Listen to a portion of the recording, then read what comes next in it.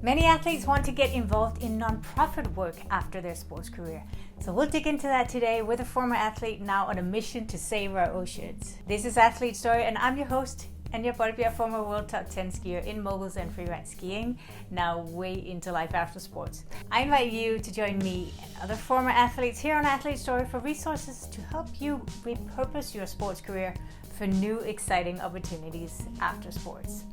Here at Athlete Story, we know that some people have an MBA to lean on, but you have your sports career, right? Today's guest started her own nonprofit in 2015 after a successful career in finance. Karate black belt and water skiing champion Berit Nielsen Legrand started the Animal Fund with the mission to save our oceans issue by issues from endangered whales to ocean pollution.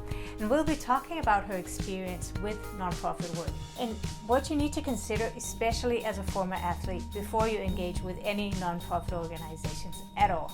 And of course, we'll get into how she uses lessons from sports to get results in this new environment. Let's welcome Berit Nielsen Legrand. Berit, I want to talk to you about being on a mission, because I think we can say that you are on a mission. That's for sure. And before talking about your mission to save the ocean from pollution and plastics in particular, saving animals, before we dig into more about that, I'd like to know, where does it come from? Like, how do you find out? You wake up one day and say, I'm gonna dedicate my life to this and go all in. Well, for me, it was very simple because I always loved the ocean, I always have loved animals. And when you reach a certain age and you're finished, doing all what you have to do in your life, for me anyway, that was how it started, that I realized that, you see what is happening to the world, you see what is happening to the ocean, and full of all sorts of pollutions, not only the plastic, but also people are dumping toxic in, and you see the animals going extinct. I mean, we're talking about mass extinction at the moment. So that really made me really angry and wanted me to fight like I've been fighting in my life and in my career before as well. So I just had to do something. And before also, we were going too far. I wanted to dedicate the rest of my life to save the animals and to save the ocean. And that's how I started TAF, the Animal Fund. I, of course, had to focus, like also a disciplined tool, which you learn very early in the sports I've done. And you have to focus on one thing at a time. You cannot just say you want to save all animals on Earth. So I started with the animals, which were the most important. You start with A before B. The animals which are the most important and we cannot live without are the whales, as they are giving us more than 50% of our oxygen. So those were the first ones we have to save, otherwise, we cannot really go any further. So that is why I started TAF, the Animal Fund. It has been going on now for 4 years, and a lot of issues to cover, because everything basically goes together. So when you start with one subject, it leads you on to another subject, but that maybe we can take later. Yeah. Now, you started with focusing on the whales, but why start your own foundation? Like, is there not a foundation focusing on where you could just say, hey, I want to help? Why do you want to start your own? Yeah, that's a very good question, because that's, of course, would have been much easier. And then I would not have had to live the last 4 years without holidays or without weekends, because when you start something like this, it's so big, you cannot even imagine it.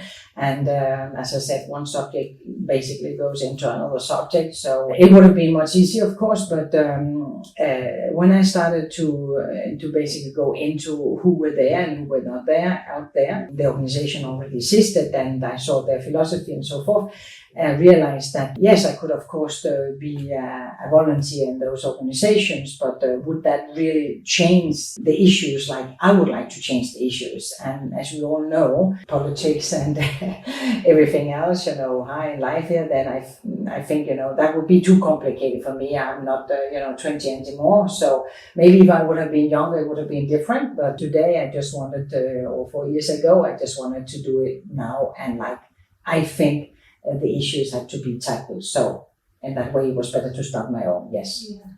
Because I remember we were actually sitting having a coffee when you were considering starting this animal fund.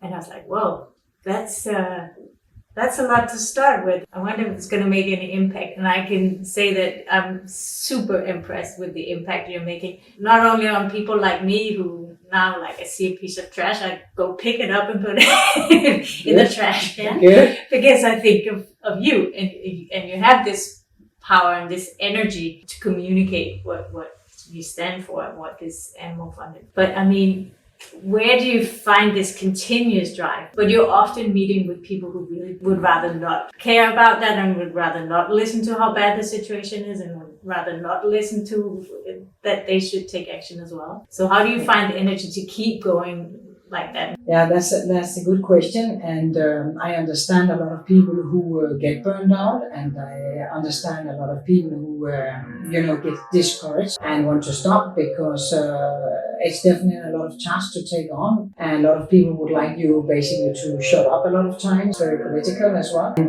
many would say, also many of your friends would say, anyway, what can you do? You alone, or do you really think it's you can make an impact and it's like a drop in the ocean and all that stuff? I've heard it all 5 billion times. But for me, it's either you do something or you don't do it.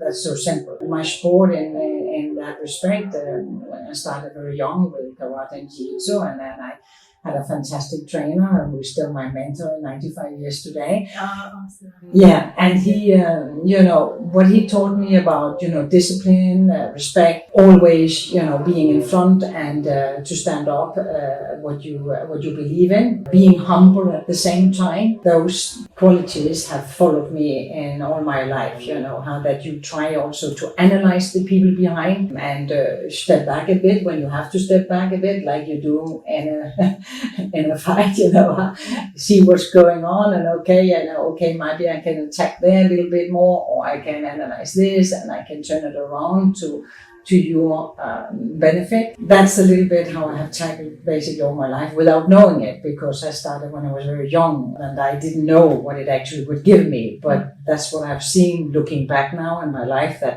that is what I've done in all my life, basically, my whole career. I was a stockbroker, FX trader, and I was out there, in the big game, financial game. I was just doing what I've done always, trying, to have discipline, respect, and stand up, for what I believe in and go for it. Yeah. And never give up. Yeah. Never ever give up.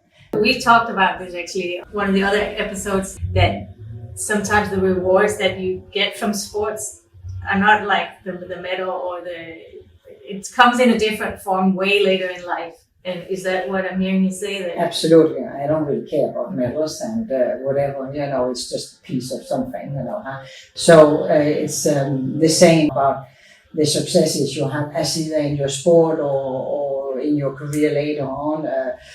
Or now what I'm doing as well, of course I like what people are saying, well done and thank you for what you're doing and so on. Of course it's very nice to hear, but you just have to keep going for your goal, It's nice, of course, to hear things like this, but what really matters is the end of your goal, where are you going, and stick to that and never ever lose focus. Just keep on your way here. And that I see, because you're covering, as we do so many things, captivity, massacre and all environmental issues, like plastic pollution, overfishing and all animal ingredients and cosmetics, we cover all that, and then one take you to another piece and so on.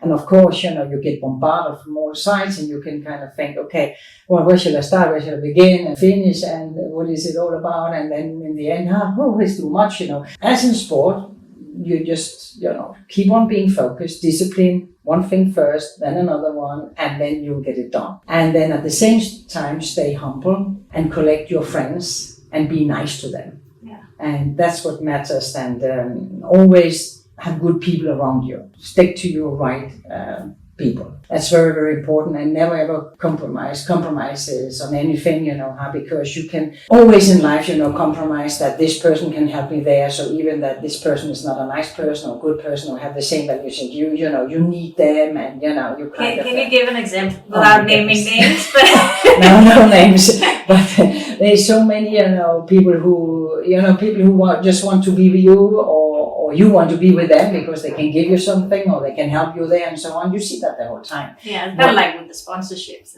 Yes, with the sponsorships and also, before in your life and so on, you can see that the whole time more people want to hang out with you, for what you've done and so on. Well, all that actually is, in my opinion, not very good energy and will never finish correctly, because then you give up your values. And I don't want to give up my values. I'd rather stay small or smaller than the big guys and then stick to my values and stick to my focus and can look in the mirror every morning and say, okay, you're doing a difference and you're doing it from your heart and what you believe in. I haven't sold my soul or I haven't sold myself. Exactly like I never did in my sports or in my career. But why do you think it's so hard to get to play the big game without going on compromise with your values? I think it is because what we have seen until now is what you're exactly saying, that people are playing the big game and they compromise and they get funded here and there and so on.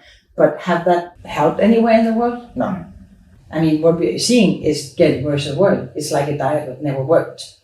Everybody knows what to do, but we keep on doing the same mistakes. It's the same thing, We know that the ocean is polluted. We don't need 5 million other people out there researching on going on boats and saying, okay, fund me for a trip for the next 3 years, because you are, we want to study the ocean and see how polluted it is.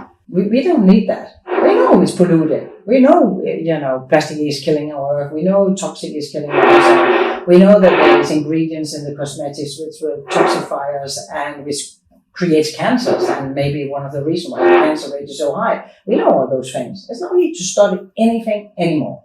Just get on with it and do it and find solutions. And this is what I want to do and what we are busy doing. And not all this hypocrisy about, but where's the fact? Where's the evidence? I mean, we know it. That's the facts. So just get on with it and find solutions. And I'm sure that there are people out there, big guys as well, who are willing to be with honest people. I'm absolutely sure.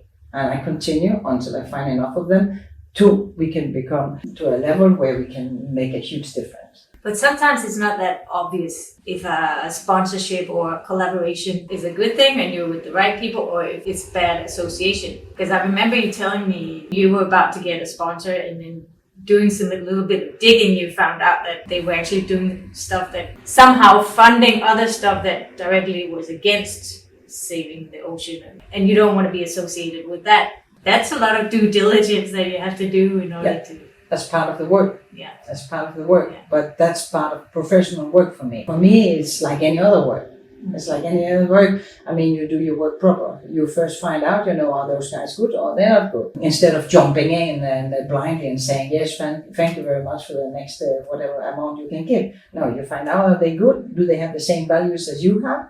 And then we can talk. Of course, some way down the line, you cannot analyze everything, and some things might be hidden and it's not public information and so on, and you find out maybe later. That's inevitable. Yeah. But I'm talking about the obvious things, like when we first started, we were called by energy company, how BP or the oil companies, can we be associated with you? And then for God's sake, well, you're calling me, we just started, 2 people, we have hardly done nothing and you want to be associated with us. This is obvious, so, there are things which are pretty clear, and then some things you have to dig a little bit into. Because as athletes, either we get solicited by all kinds of charity funds and people with, supposedly good missions, and sometimes it comes from ourselves that we would like to make a difference and would like to be part of it. What are some of the things that you would be looking out for to check out before you say, yes, that sounds great?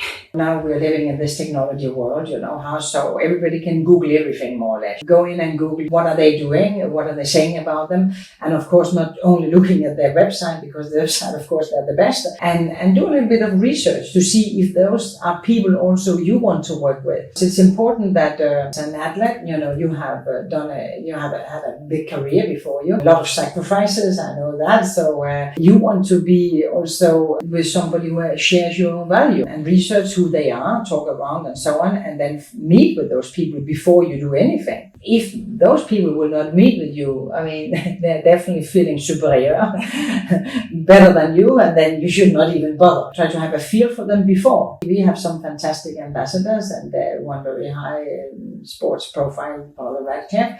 I met with her, and she just completely stood up to everything what I was looking for. An honest, decent, humble, valuable person who has good disciplines and good fantastic values, and really want to make a difference to saving the world for her children as well, for everybody, So she fits completely into our strategy. I'm sure, for her it has been a good fit, or it is a good fit still, So we are very happy. That is what we look for, and should also be the other way around, that we can work together on the same principle. Don't sell your soul short. When you start your own project, how do you feel about delegating? Coming from a sports world again, where you are alone as a fighter, and so on, how you of course you are used to be alone, and my career in the training desk and so on, you're alone. You're always responsible for your own result. As a water skier competitor as well, you're only on yourself. So of course for me it's difficult to delegate because I want to, but I have very high standards as well. So as I'm very perfectionist, and I want, in my world we have one shot, like in the sports world, you have one shot to either win or lose. And that's the same thing, when you're having association and you're trying to build up your image for what you stand for. You have one shot, one chance. So I cannot afford to delegate to just a big mass, because that would be taking too many chances of what can go wrong. Of course I delegate. We have about 100 volunteers, and people come and help, but that is mostly for the events. But as we have events nearly every week, so they are there. So we have a very, very good base of volunteer help. So that is my sort of delegation. For the daily work, which is a huge portion, because administration stuff is basically 90%, but it's close to. Before events, after events, sponsors, partners, all communications, marketings, and so on. That's more difficult, but we have people who, with TAF who help us, of course, and I delegate, but in the last end, of course, it always comes back. But that's how it is, That's how it is. You just have, when you start things like this, you just have to realize that there's nothing called holidays or weekends anymore. This is your thing. This is like your sports. And not for you, and not for your family. No. Because your whole family is involved in this, right? Yeah, but you get smitten as well. I didn't put that on top of the head and say you have to be here with me. It's something that you get so involved that you cannot not want to go into it.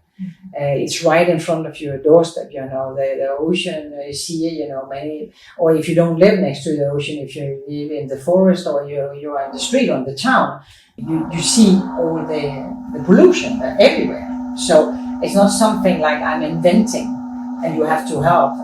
It's right on your doorstep. So we know it, and the media is bombarding us with all the climate change and all the problems with that, and no more fish in the sea, and no more this and no more that. So, it's obvious. We have to react. Otherwise, we will have no future in front of us. So what are the prime ways that you react? Like, what are the ways that you make a difference? For me, what really counts is action. That's the most important thing, I think. It's your visibility. Not all talk the whole time and not research, as I said before. I think we are known, or I'm sure we are known for actions. TAF is known for actions. So that's why we have so many events. And the actions we're having is creating awareness of what is going on, but also tell everybody what you can do to help. Because if people there saying, okay, this is horrible, all that, it's not so nice, and so on, they'll get depressed, and after a while they don't want to listen anymore because it's too much, But if you then give them hope and you say, okay, yeah, it is like that, but you can actually do a difference, Everybody can make a difference. Like you see the Greta Thunberg, what difference she has made. One little girl, 16 years old, 6 million people out on the street on climate change, over a month ago. It's incredible. So everybody can make a difference. And this is our role to say, okay, you're here now. If you want to change your life, want to make an impact, you start with, not using plastic bottles, but using our stainless steel bottle, which we have had a campaign, for the last 4 years. Instead of all those plastic bags, use a canvas bag, or a cup, or use a bamboo cup, or a toothbrush, a bamboo toothbrush, or so that's one of the things I appreciate with the association is that you do a good job of communicating solutions, like what we can actually do, and not just pointing fingers and saying this is bad and these are the bad guys, but also providing alternative solutions that with just a little bit of change of a habit, we can make an impact. Yeah, exactly. People, we are just humans, we're all humans, and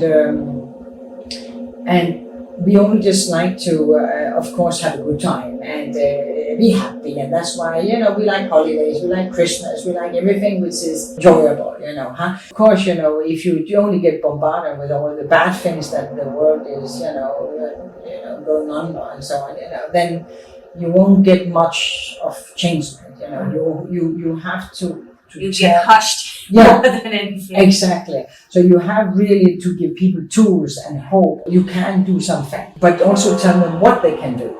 And that's why we love to go around. So every time we have our stands, we work a lot with zero plastic, or bulk stores and so on. So we basically can say, okay, so here's all the bad items, all the plastic items, and here's all the good alternatives you can use. And those you can actually buy there and there and there, or you can Google and find them on internet, But some people don't bother. So, but if we send them, just over the corner, there's a shop, who is selling those toothbrushes. There's a shop over there who sells the shampoo bars. There's a shop there, who is selling for the deodorant, instead of all these chemicals. There's a shop there, and blah, blah. And on top of that, we also have made our own sunscreen, with no chemicals in, So that was sold out within an afternoon. So you can see people are really looking for it, they are looking for it. And if you give them an alternative like this and saying, okay, here it is, they take it. Yeah. It's easy. Yeah. So I actually don't really understand why there are not more shops, alternative shops opening up. Non-plastic or, zero waste shops. It should be exploding everywhere. I don't really get that, But because you actually see consumers being more and more ready.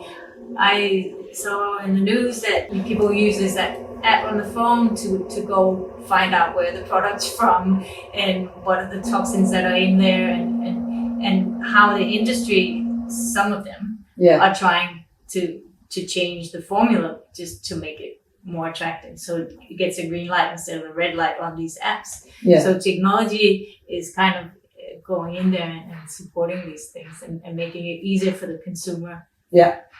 To make a choice. With the social media, we see the things, like we see those islands of trash and all this, and once you have that, it's not so abstract and can feel the need. So exactly, exactly. So it's visible, So people are there, So would you try and go out and affect the industry, like the big manufacturers or do you always try to go for the consumer? Well, in my world, there's two partners out here. They are the mass and they are the top, the government, the authorities. Mm-hmm. And what is easiest to make changes in? For me, it's the mass. Yeah. Because apparently it's not working with the authorities and the governments. We are not the first one out here. I mean, there's many behind us or before us who have tried, or still trying. It hasn't changed. It's because it must be very difficult. So I don't even bother, to be honest. We have already asked for fountains. We have our bottles, stainless steel bottles, which we are trying to everybody to run around with. So you have your bottle the whole time. So we focus on one thing at a time. Again, be disciplined and take one thing at a time. But if you don't have fountains or where you can refill and so on, for some people it might be that difficult. For me, not. I just go into wherever place, a restaurant, bar, whatever, and ask them to fill it up. But for some, they don't like to ask, so it would be easy for that. So we have asked for the fountains,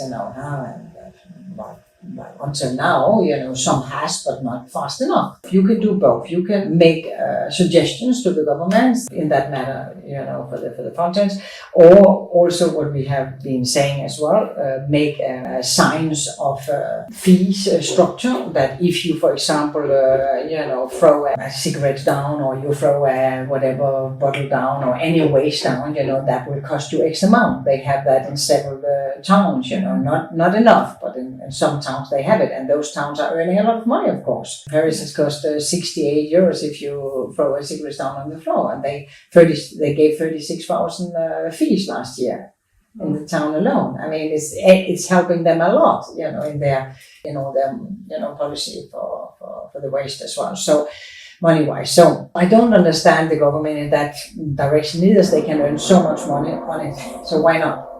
And it's good. I mean, for me, it's good for the nature and the ocean, We try both for the mass and the government, but we, I would say that it's probably easier to change the mass. I want to get back to the athlete's perspective. So you said you have Paula Radcliffe, the marathon runner, as an ambassador for the Animal Fund. Yeah. Why do you want to have an ambassador, like an athlete ambassador? How does that help your foundation to have an athlete represented?